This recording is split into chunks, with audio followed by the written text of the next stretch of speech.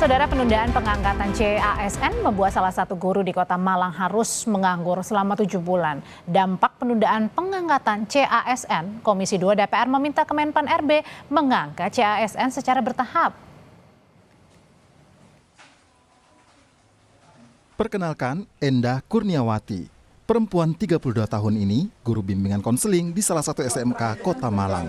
Endah telah mengikuti tes CPNS 5 kali dan bersyukur Januari lalu dinyatakan lulus. Seharusnya, Endah sudah bisa mulai bekerja sebagai ASN April atau Mei tahun ini mengacu pada jadwal tahapan seleksi CPNS. Karena jadwal itu, Endah telah mengundurkan diri dari pekerjaannya. Kini, Endah harus menerima kenyataan akan berstatus pengangguran akibat pengumuman pengangkatan CPNS Oktober 2025 dari Kementerian Pan-RB.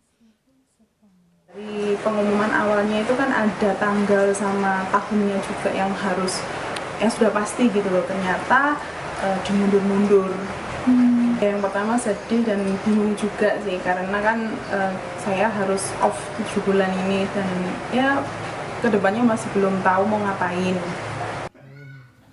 Sodikun dan Sarobi, dua calon pegawai pemerintahan dengan perjanjian kerja atau P3K, kini harus menghapus harapan bisa menerima gaji penuh bulan ini. Sodikun telah bekerja sebagai honorer di kantor kelurahan selama 29 tahun. Dengan usia yang kini 4 tahun lagi jelang pensiun, Sodikun berharap Kementerian Pan-RB merevisi surat edaran terkait pengangkatan CASN. Kita kerja dari 96 sampai sekarang non-stop, nggak pernah absennya itu terus bekerja sampai sore gitu loh. Pemerintah memperhatikan kita semua. Endah dan Sodikun adalah 2 dari 1,2 juta lebih calon aparatur sipil negara yang kini menunggu pengangkatan. Menurut Kementerian Pan-RB, kondisi data per 15 Januari 2025 ada 248.000 lebih CPNS untuk formasi 2024. Jumlah itu terdiri dari 114.000 lebih CASN di pemerintah pusat dan 134.000 lebih di pemerintah daerah.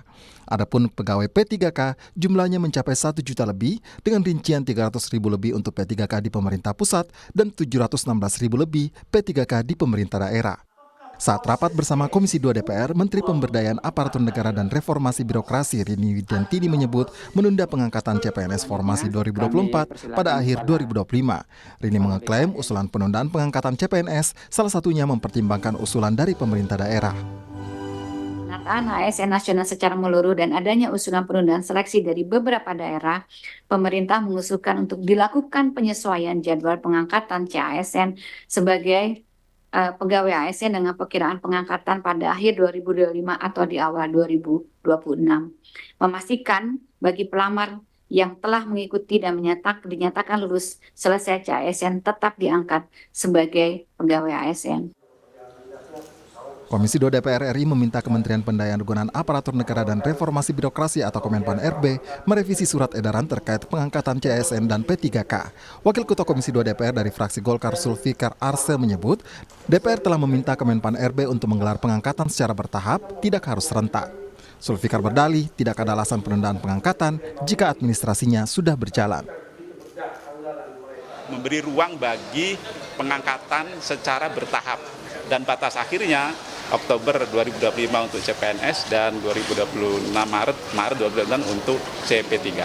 Berangsur saja, bertahap. Kalau memang sudah siap, instansi tersebut atau daerah tersebut sudah selesai pengisian DRH-nya dan pengusulan NIP-nya dan sudah ada pertek dari BKN-nya, udah angkat aja. Jika pemerintah tetap menunda pengangkatan CASN dan P3K, maka ada potensi 200.000 lebih warga yang pengangguran akibat telah keluar dari pekerjaan mereka. Tim Liputan, Kompas TV. DPR, Saudara, sudah meminta Kementerian Pan-RB merevisi surat edaran terkait pengangkatan CPNS atau CANS bagaimana Kementerian Pan-RB ini meresponnya. Kami bahas bersama Aba Subagje, Deputi Bidang SDM Aparatur Kementerian Pan-RB. Selamat malam Pak Aba. Malam Mbak. Pak Aba, tadi dari Komisi 2 kan sudah meminta agar jangan ditunda untuk pengangkatan CASN dan juga P3K ini dilakukan secara bertahap. Respon dari Kemenpan RB gimana Pak? Ya, makasih Mbak. Jadi yang pertama bahwa kesepakatan itu di Komisi 2 itu yang sudah dituangkan di dalam surat kesepakatannya keputusan bersama antara Komisi 2 dengan pemerintah dalam hal ini Menteri Pan-RB bersama BKN. Ya, jadi artinya ada beberapa pertimbangan sebagaimana yang disampaikan oleh Bu Menteri. Kita sedang melakukan proses penataan, juga menjawab berbagai tantangan, termasuk kita juga sedang membuat grand design untuk penataan ASN, termasuk juga terkait dengan sistem meritnya. Jadi artinya ini juga terkait dengan penataan formasi. Nah, sementara di kabinet ini juga ada formasi yang harus kita penuhi dari formasi 2024 ini. Karena ada beberapa tadi instansi pemerintah yang tadi ada bertambah dan bahkan ada pemecahan dari beberapa lembaga. Sehingga kan ini juga harus ditata dan dipenuhi dari formasi yang ada di tahun 2024. Tapi Pak, bukannya anggaran resminya ini sudah diputuskan di 2024, sehingga kalau gitu seharusnya tidak ada dong masalah untuk pengangkatan? Ya, sebetulnya bukan hanya masalah itu ya. Jadi artinya ini juga terkait dengan supaya penataan pengangkatan itu juga bisa dilakukan secara serentak. Nah, selama ini juga TMT itu beda-beda, Mbak. Jadi ada juga teman-teman kadang-kadang yang bertanya kenapa TMT kami bisa berbeda. Nah, dengan posisi ini, sekarang ini BKN sedang menyusun roadmap-nya supaya nanti di Oktober dan Maret itu semua TMT-nya itu sama, terhitung mulai tanggal bekerja itu mereka itu sama. Dan ini sebetulnya kami juga bisa memahami kekhawatiran teman-teman semua, khususnya tadi yang sudah bekerja, kemudian berhenti, kemudian jadi ada waktu dan sebagainya. Saya kira yang penting adalah bagi teman-teman yang sudah mengikuti seleksi dengan susah payah, dengan kompetitif, dengan kerja keras, termasuk teman-teman honorer yang sudah mengabdi, ada kepastian untuk diangkat. Nah, itu yang paling penting. Tapi masalahnya pertanyaannya bagaimana mereka harus menghidupi menunggu sampai bulan Oktober. Ini kan artinya dari bulan Maret, April, Mei, Juni, Juli, Agustus, September, Oktober ada sekitar 7 bulan. Apalagi kita kan mau menghadapi Lebaran juga, Pak. Ya. Jadi sebetulnya kondisi teman-teman yang mau diangkat itu kan memang ada berproses, Mbak, gitu ya. Dulu juga sebetulnya dari proses pengangkatan itu kadang-kadang ya memang antara SK dengan SPMT itu memang berbeda ya. Nah, oleh sebab itu harapannya nanti teman-teman itu sebetulnya banyak waktu juga untuk bisa masuk ke birokrasi. Itu juga termasuk juga banyak yang harus dipelajari, regulasi, peraturan perundang-undangan dan sebagainya, termasuk penyesuaian. Jadi sekali lagi juga kami memaklumi bagi teman-teman tadi yang terima kasih punya punya niat gitu ya untuk menjadi ASN, untuk mengabdi kepada bangsa dan negara. Tapi kan ini manajemen secara keseluruhan dan Bu Menteri selalu menyampaikan itu juga harus kita lakukan secara hati-hati gitu ya. Kemudian juga kita memperhatikan berbagai hal. Tapi yang paling penting adalah pastikan bahwa mereka akan diangkat. Iya, tapi diangkatnya kan pada saat nanti Oktober ya, Pak ya? Betul. Nah, artinya kalau tadi dibilang sama Komisi 2 pengangkatannya ini jangan serentak, pelan-pelan secara bertahap, ini artinya tidak ya? Artinya semuanya ketok palu tetap di Oktober ya untuk diangkatnya? Gini, tadi yang disampaikan itu secara proses administrasinya itu tetap berjalan memang, Pak. Jadi sekarang ini proses administrasinya itu tetap berjalan. Karena apalagi saat ini yang tahap 2 juga kan baru mau tes itu di bulan April. Jadi ini juga kita sambil menunggu ada tahap 1, ada tahap 2, kemudian ada perpanjangan sampai 3 kali kemarin. Sampai tanggal terakhir itu 20 Januari ya, 2025. Sehingga memang ini juga berdampak ya untuk semuanya.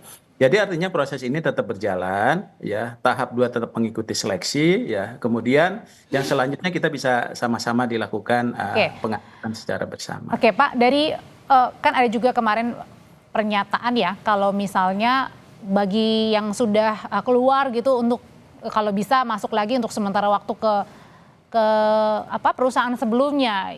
Itu kan tidak bisa serta-merta seperti itu kan bagi yang keluar sudah mendaftar dan lolos sebagai CPNS atau CASN ini? Ya mungkin kan itu salah satu barangkali ya yang disampaikan oleh BKN ya kalau tidak salah, bahwa itu kan wacana yang disampaikan ya. Artinya mungkin ya tapi kita tetap dulu kepada bahwa proses yang sudah disepakati antara pemerintah dalam hal ini Menteri Pan-RB bersama BKN dengan Komisi 2 itu kita jalankan dulu ya semuanya sesuai dengan rencana saat ini. Jadi pada saat nanti sesuai rencananya adalah bulan Oktober dan kemudian di bulan Maret juga ada P3K yang tahap 1 dan tahap 2 gitu ya. Oke, terakhir Pak Aba, berarti artinya adalah memang CPNS ini atau CAS ini menunggu ya dalam artian 7 bulan ini ya. Tapi kan proses administrasinya itu tetap berjalan, Mbak. Jadi banyak syarat dan sebagainya, pengecekan kembali dan sebagainya. Jadi seperti yang disampaikan Bu Menteri, prinsip kehati-hatian, administrasinya kan dicek dulu juga semua teman-teman itu ya.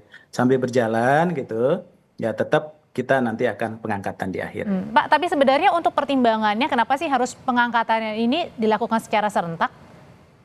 Ya itu tadi, ini kita kan punya waktu. Jadi Mbak, sekarang ini kita ini kan punya salah satu tugas kita melaksanakan mandat di Undang-Undang 20 2023. Di mana salah satunya adalah penataan tenaga non ASN. Jadi saat ini kita diminta oleh undang-undang ada mandat untuk menyelesaikan tenaga non ASN yang jumlahnya itu 1,7 juta. Tapi yang tadi yang masuk itu sekitar 1 jutaan, 1.017.000. Nah, oleh sebab itu sebetulnya itu juga menjadi Tapi ada perhatian juga nggak sih Pak sekitar 1 juta tadi lebih itu yang masuk yang lulus kemarin dan akan masuk di 2025. Mereka harus gimana nih menghidupi hidupnya selama 7 bulan? Kan kalau yang P3K kan mereka sedang bekerja saat ini, Mbak. Jadi yang P3K itu saat ini mereka yang sudah bekerja, karena kemarin yang kita buka itu adalah untuk tenaga honorer atau pegawai ASN. Jadi selama ini mereka tetap dapat penghasilan, ya, tetap dapat. Selama tes aja kemarin mereka tetap dapat gaji, Mbak. Kalau teman-teman P3K itu. Kalau yang Cuma statusnya tadi masih pegawai non ASN atau honorer gitu ya. Tapi secara penghasilan kalau mereka memang sudah sudah mendapatkan penghasilan saat ini gitu ya. Tiap bulan itu mereka dapat gaji. Oh, itu yang tadi P3K ya Pak ya? Iya, betul. Kalau yang di luar itu? Kalau di luar itu kan formasi kita ini pertama 100% CPNS, kedua 100% untuk tenaga non ASN atau pegawai non ASN. Jadi artinya bagi teman-teman tadi yang CPNS ini cuma rata-rata bukan fresh graduate juga gitu ya itu. Tapi kalau yang fresh graduate kan nggak ada masalah. Sebetulnya kita juga untuk fresh graduate, tapi kan itu untuk seluruh warga Indonesia boleh. Nah sehingga bagi teman-teman tadi yang sudah bekerja kemudian berhenti karena tidak boleh. Nah itu belum lagi menghidupi kalau sudah punya anak, punya istri, punya cicilan dan lain sebagainya. Nah ini saat ini rupanya animo untuk jadi PNS itu bukan hanya fresh graduate, tapi orang-orang yang sudah bekerja, Mbak, di tempat lain. Dia kan oleh perusahaannya mungkin harus berhenti ya, sehingga harus ya memang konsekuensinya itu tadi kita seperti itu gitu ya. Tapi saya kira kami mengucapkan terima kasih, apresiasi bagi teman-teman tadi yang sudah memiliki minat untuk menjadi ASN, kemudian mengabdi menjadi aparatur sipil negara. Mudah-mudahan kontribusinya nanti bisa sangat bermanfaat bagi birokrasi kita. Ya. Oke, Pak Aba, ini ada juga nih pernyataan dari beberapa CPNS ya, kalau saya mengutip nih. Ada yang bilang gini, pesertanya, saya kira nganggurnya sebentar, ternyata diperpanjang. Lalu kemudian apa mungkin yang bisa dilakukan atau solusi yang bisa ditawarkan begitu dari Kemenpan RB? Nanti Pak Aba akan menjawabnya ya Pak ya, usai jeda berikut ini, tetaplah bersama kami. Pengangkatan CASN, Pak Aba, saya punya teman sebelumnya kerja di perusahaan swasta, kemudian keluar karena keterima CASN atau CPNS ini. Tapi pertanyaannya bagaimana ini mungkin yang dihadapi satu teman saya, tapi banyak ribuan lainnya juga menghadapinya. Ini gimana kalau misalnya sudah berkeluarga, sudah punya anak, sudah punya tanggungan, mungkin juga dalam satu keluarga hanya ia yang bekerja? Ya, makasih. Jadi yang pertama bahwa rupanya animo untuk jadi PNS khususnya itu cukup tinggi ya. Dulu kita mungkin rata-rata orang yang ikut melamar itu rata-rata fresh graduate, teman-teman lulusan.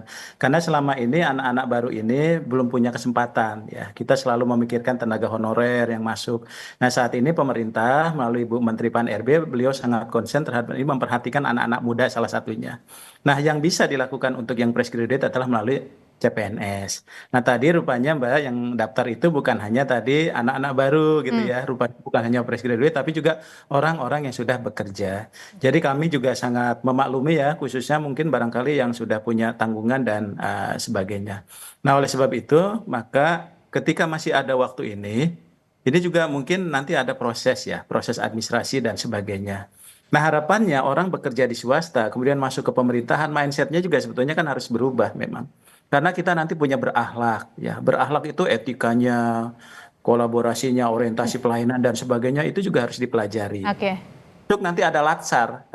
Nah, ini ada waktu ini nanti kami akan minta kepada para kepala biro kepegawaian, ya kepala biro SDM mungkin melakukan pembinaan komunikasi dengan teman-teman ini, gitu ya. Bagaimana nanti karena kan ini posisinya adalah di masing-masing kementerian, lembaga dan pemerintah daerah. Nanti apakah dia akan diberikan nanti melalui Zoom meeting ya, bisa pemahaman terhadap peraturan perundang-undang bidang kepegawaian, pemerintahan dan sebagainya itu mungkin nanti kita akan minta ke teman-teman di para kepala biro pengelola kepegawaian lah umumnya gitu. Pak Abbas Subagji, Deputi Bidang SDM Aparatur Kementerian PAN-RB, terima kasih sudah berbagi informasinya mengenai penundaan pengangkatan CPNS. Terima kasih Pak Abbas. Terima kasih Mbak, sehat selalu.